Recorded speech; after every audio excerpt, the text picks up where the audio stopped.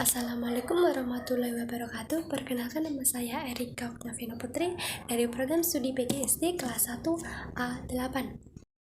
Jadi video ini merupakan suatu benda untuk memenuhi tugas mata kuliah Ahlussunnah wal Jamaah untuk menanggapi pertentangan dengan azwajah.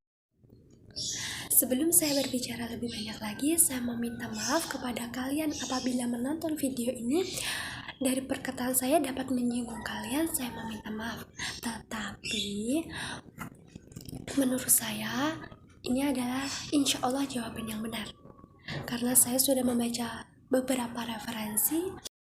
Jadi saya akan membahas tentang sampainya kiriman Al-Fatihah kepada mayit. Sebelum saya berbicara lebih banyak lagi, mari kita simak video berikut ini. Bagaimana kalau kita datang ke kuburan orang tua, kali kerabat, kemudian kita membaca Al-Fatihah? Membaca Al-Fatihah nggak ada contoh. Al-Fatihah untuk orang mati nggak ada contoh dan nggak akan sampai. Imam Syafi'i mengatakan demikian, sebagaimana dikatakan oleh Al-Hafidz Ibnu Katsir ketika menafsirkan ayat dalam surah An-Najm ayat 39, wa an laisa lil insani illa ma sa'a. Seseorang tidak akan mendapatkan apa yang diusahakan. Kata Ibnu Katsir bahwa Imam Syafi'i berpendapat bahwa nggak bisa orang mengirimkan bacaan atau pahala kepada orang, nggak bisa, nggak akan sampai. Masalah ibadah kembali kepada masing-masing orang. Jadi Al-Fatihah nggak sampai. Begitu juga yang lainnya, bacaan Al-Quran. Kadang-kadang orang sudah meninggal dibacakan Quran. Orang disuruh membaca Al-Quran di mana? Di rumah. Terutama surah Al-Baqarah, di masjid baca Al-Quran, bukan di kuburan. Al-Quran ini diturunkan oleh Allah untuk ancaman kepada siapa? Orang hidup, orang mati. Di surah Yasin ayat 70 Allah berfirman, liyunzira man kana hayyan wa yahiqqal qawlu 'alal kafirin. Bahwa Al-Quran diturunkan Allah untuk mengancam orang yang hidup, hayyan, orang yang hidup, bukan orang mati. Kok orang mati dibacakan Quran? Manfaatnya apa? Enggak ada manfaatnya.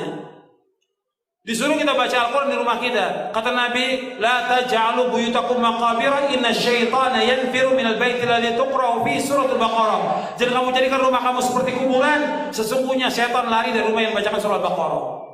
Enggak ada para sahabat membacakan Quran di kuburan, enggak ada. Kemudian juga mengirimkan Al-Fatihah kepada Nabi juga enggak ada. Ini kan banyak orang setiap hari dari majelis ila hadratin Nabi Al-Fatihah. Dari mana dalilnya? Dari mana dalilnya? Dari mana? Yang disuruh kita membanyakan apa? Sholawat kepada Nabi, bukan baca Al-Fatihah. Kenapa enggak Al-Baqarah? Kenapa enggak Ali Imran? Kenapa enggak An-Nisa? Kenapa enggak Al-Maidah? Kok Al-Fatihah? Enggak ada dalilnya. Di Quran maupun di hadis Nabi yang sahih, enggak ada para sahabat kumpul, ayo kita baca Al-Fatihah untuk Nabi. Enggak pernah ada.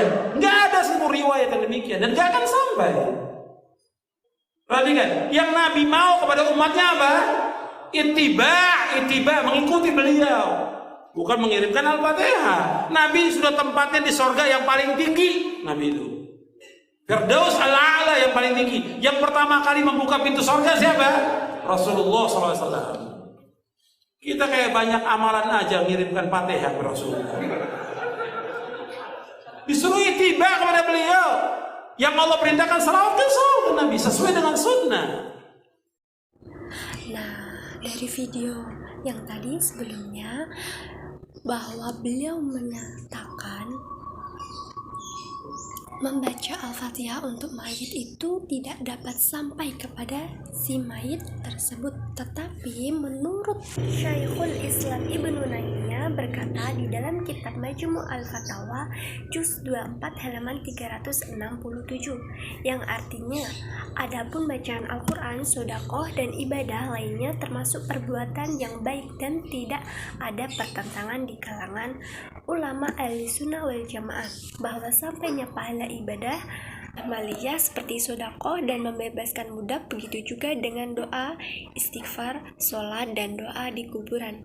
Akan tetapi para ulama berbeda pendapat tentang sampai atau tidaknya pahala madaniyah seperti puasa, sholat, dan bacaan Al-Fatihah. Pendapat yang benar adalah semua amal ibadah itu sampai kepada mayit. Bahkan Syekhul Islam Ibnu Taimiyah juga menyebutkan bahwa pendapat yang mengatakan bahwa pahala bacaan Al-Quran itu sampai kepada mayit adalah pendapat dari Al-Imam Abu Hanifah, Al-Imam Ahmad bin Hanbal. Perkataan beliau dalam kitab Majmu' Al-Fatawa. Nah, hanya itu yang bisa saya sampaikan. Apabila pendapat dari video ini tidak sama dengan pendapat kalian, maka saya meminta maaf. Dan pesan saya, semoga kita semua dijauhkan dari aliran atau paham yang dapat menyesatkan kita, dan jangan mudah untuk dikelabui aliran atau paham tersebut.